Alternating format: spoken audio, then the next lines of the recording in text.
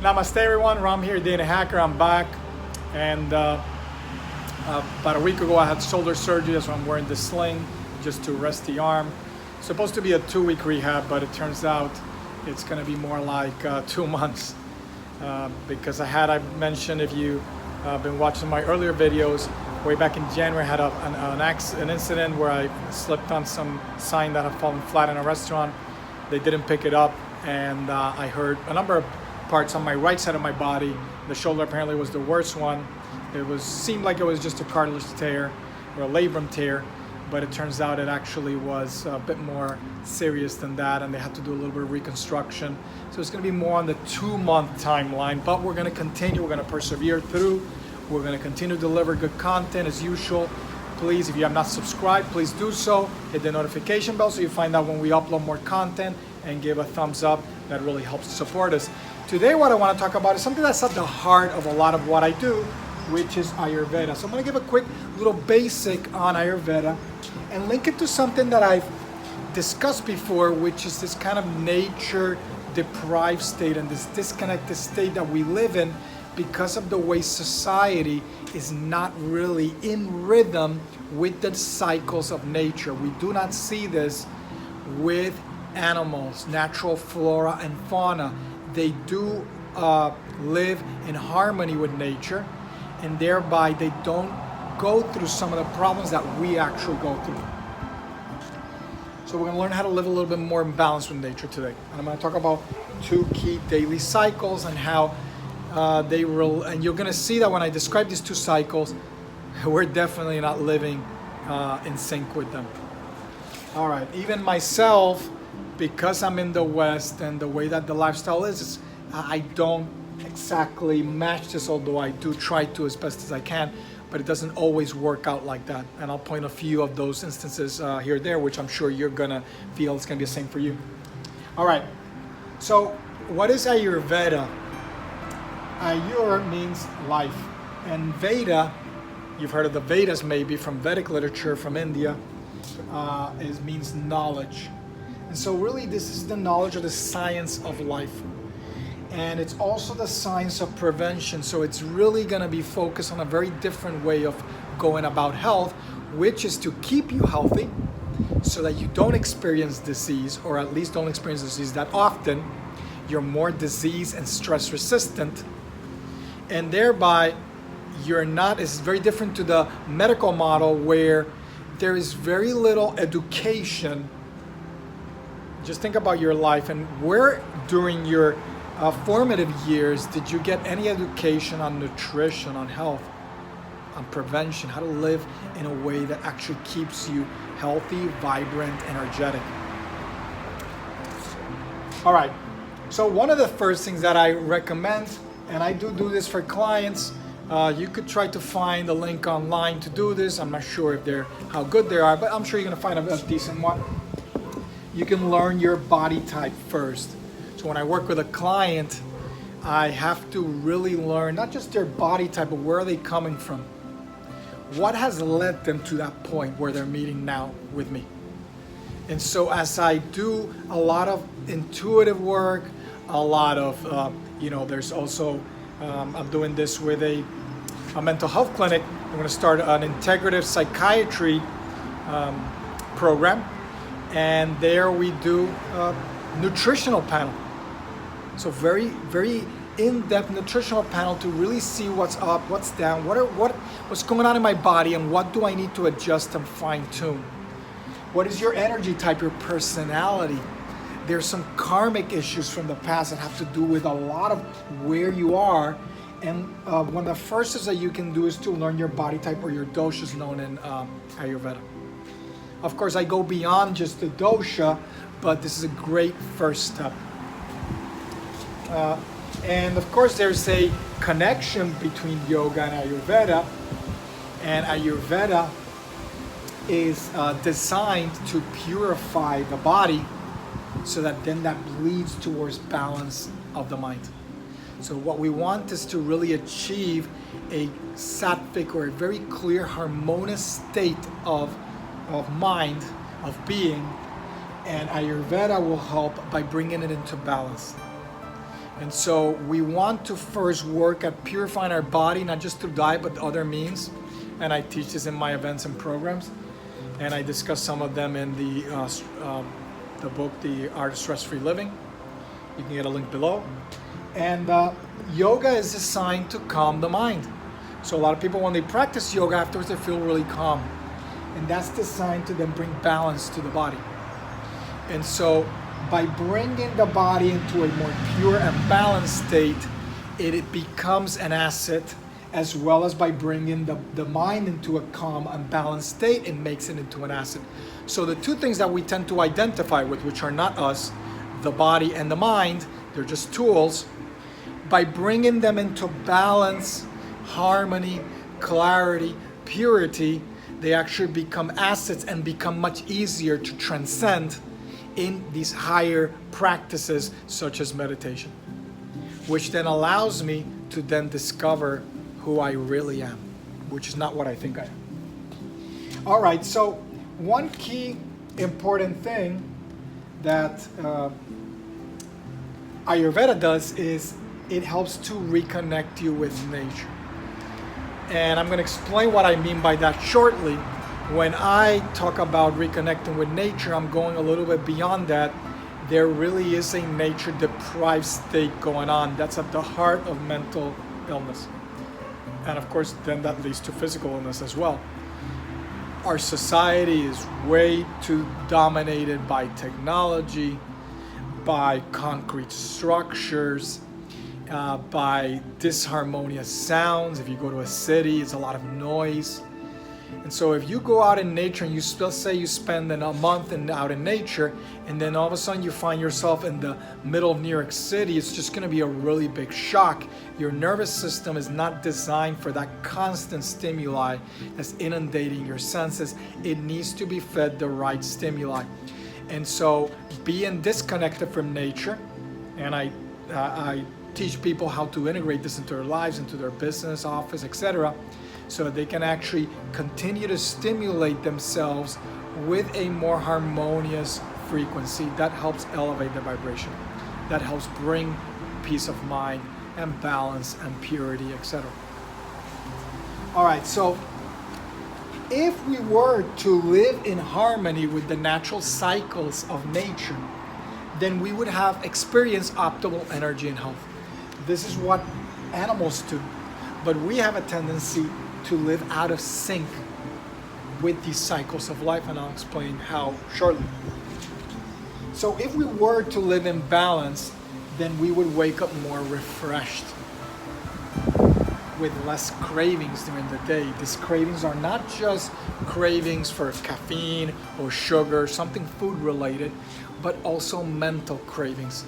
We throw ourselves out of balance, and then we seek the wrong mental, emotional, spiritual stimuli that are actually hurting us rather than helping us. And of course, waking up more refreshed as cravings, we also have more sustained energy. I've talked about this before, that what you want is not to have this slow, steady decline over the day. You actually want to wake up at a high energy state and maintain that high energy state throughout the day. And there's a way to do that, even not just during the day, but also through the lifetime. Better quality of sleep as well. So you end the day in a very different state of mind.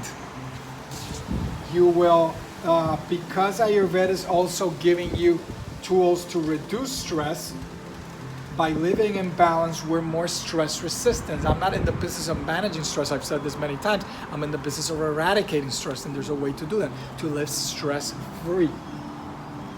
And of course, if you don't know, stress is one of the biggest silent killers of our generation, along with inflammation.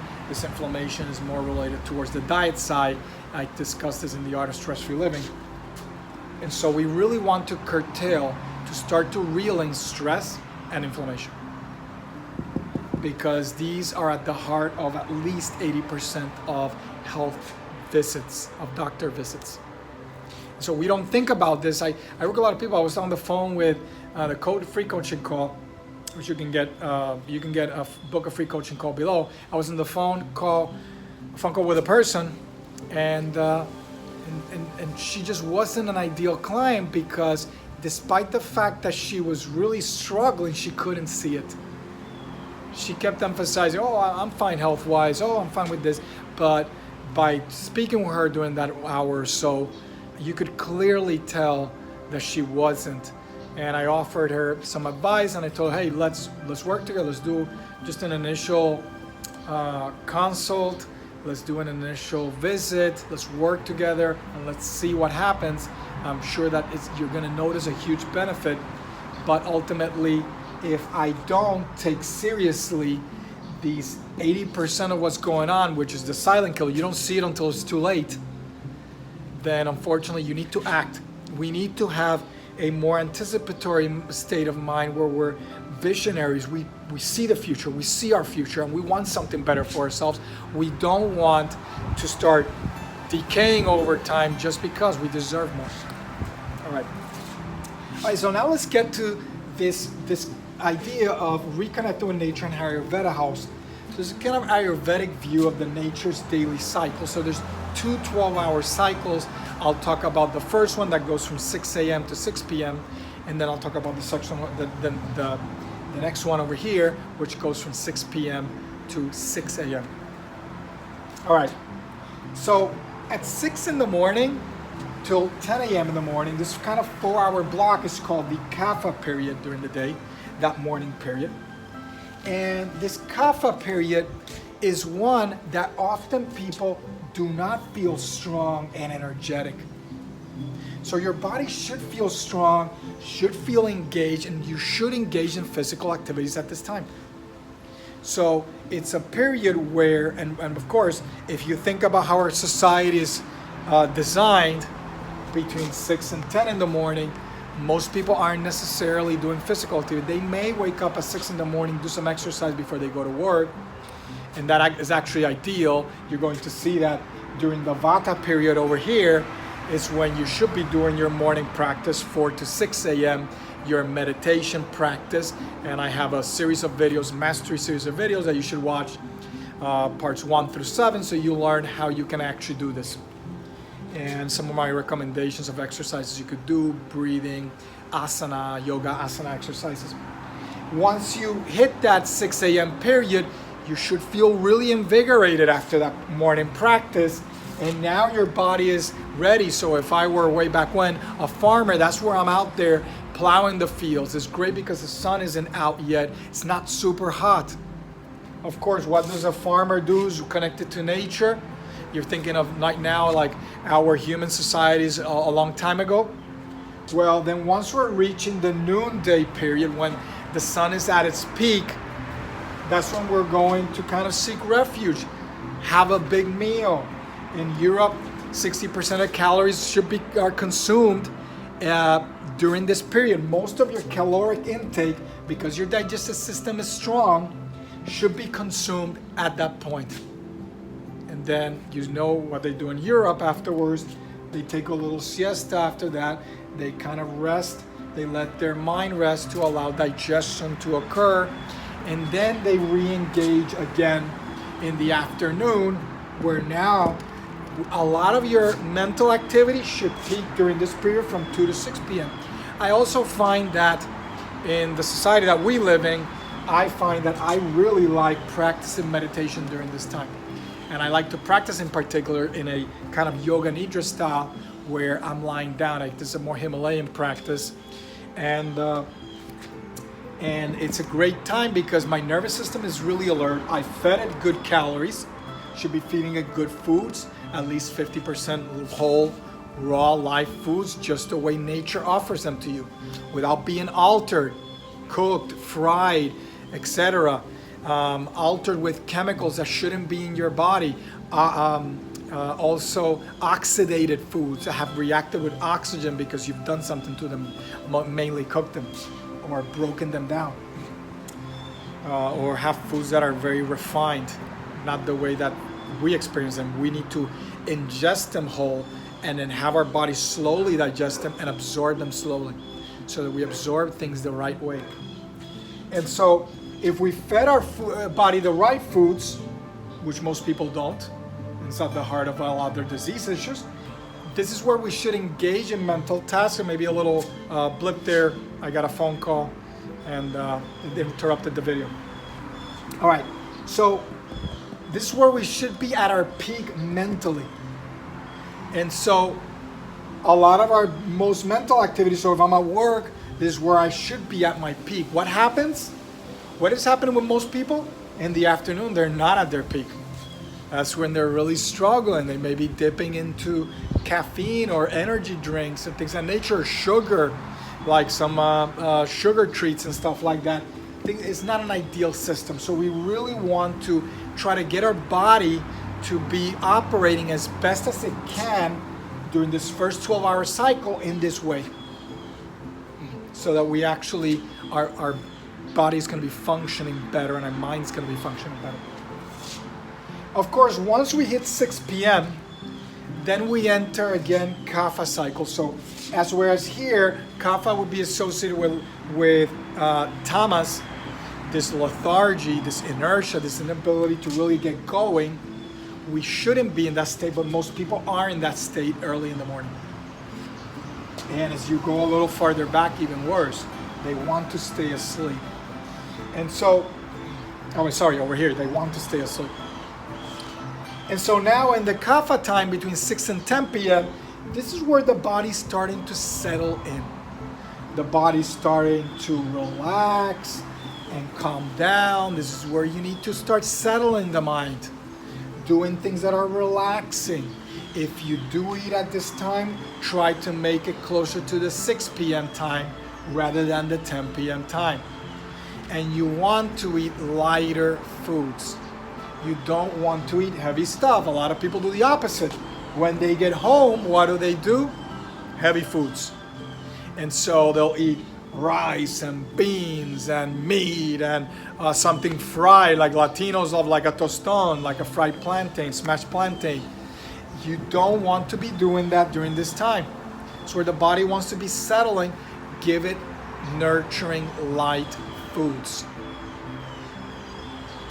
So that when 10 p.m. or so reaches, and of course, less stimuli as well. You don't want to be also giving the body a lot of sensory stimuli, news, violent movies, things of that nature, things that are going to keep you engaged and active.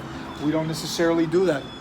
We could continue to engage in work here. I enjoy oftentimes doing reading and studying and writing during this period and working some of my content at this time, because I'm keeping a very settled state of mind. Once you reach the balance point, then it's very easy to really navigate through the system, because right now, even though my body's engaged and my mind is engaged, even though it's after 6 p.m., I'm keeping myself settled and calm. Then this is a huge point here that I want you to really emphasize, which is between 10 p.m. and 2 a.m. I go and I think I'm going to go vacation. I'm going to go to a cruise, or I'm going to, wherever it may be, you go vacation. What are we doing vacation? Oftentimes, let's say I had a friend who loves Miami Beach. She comes down and she'll go out partying and whatever. When do people party? Usually between 10 and 2 a.m., 10 p.m. and 2 a.m. This is when the body should be getting ready to detox. This is when liver activity should start to peak. This is when I should be resting and getting deep sleep. That deep, dreamless sleep this is when you should be getting during this time window. If I circumvent this time window, then I'm circumventing a key time during this 24-hour cycle that my body and my mind can rest and my body can purify and heal and regenerate. And oftentimes this is where we commit the biggest sin, you should say. This is where we really start to abuse our body, because it's a time window where our body could really, really heal. So as much as you can, try to get into a routine as often as you can during the week where you're going to sleep at a regular interval closer to 10 p.m. Then, of course, between 2 a.m. and 6 a.m., the nervous system becomes active again, just as it was during the Vata and Vata.